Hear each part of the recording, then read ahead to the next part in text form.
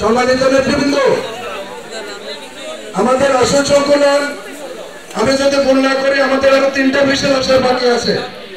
আমরা বসার জন্য ব্যবস্থা করতে এখন বক্তব্য রাখবেন বাংলাদেশ জাতীয়তাবাদী যুব নেতা, বাংলাদেশ জাতীয়তাবাদী 3 নম্বর কুপরপুরের যুব নেতা জনাব আনোয়ার হোসেন মাইকে তার সংক্ষিপ্ত বক্তব্য দেওয়ার জন্য অনুরোধ করতেছি।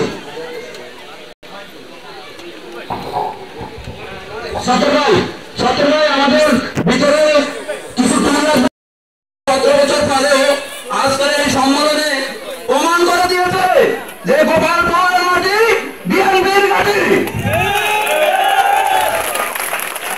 আর এখান থেকে আমাদের শুরু হবে ভোটের নির্বাচন।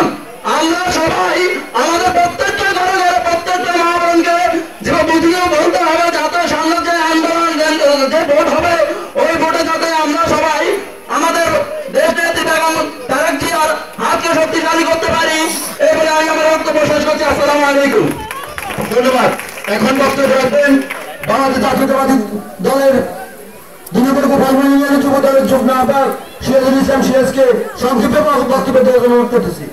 আউযু বিল্লাহি মিনাশ শাইতানির রাজিম, বিসমিল্লাহির রহমানির রহিম। বাংলাদেশ জাতীয়তাবাদী দল দল 2 নম্বর গোপালপুর শাখার কর্মী সম্মেলনে উপস্থিত সম্মানিত সভাপতি, উপস্থিত নেতৃবৃন্দ এবং আমার সঙ্গে উপস্থিত সম্মানীয় উপস্থিতি, আসসালামু আলাইকুম ওয়া রাহমাতুল্লাহ।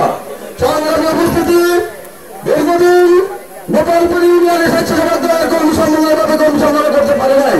আজকে আমরা ইনশাআল্লাহ জাঁকজমক অবস্থানে এই কর্মী সম্মেলন করে এখান থেকে আমরা আজকে শপথ গ্রহণ করব।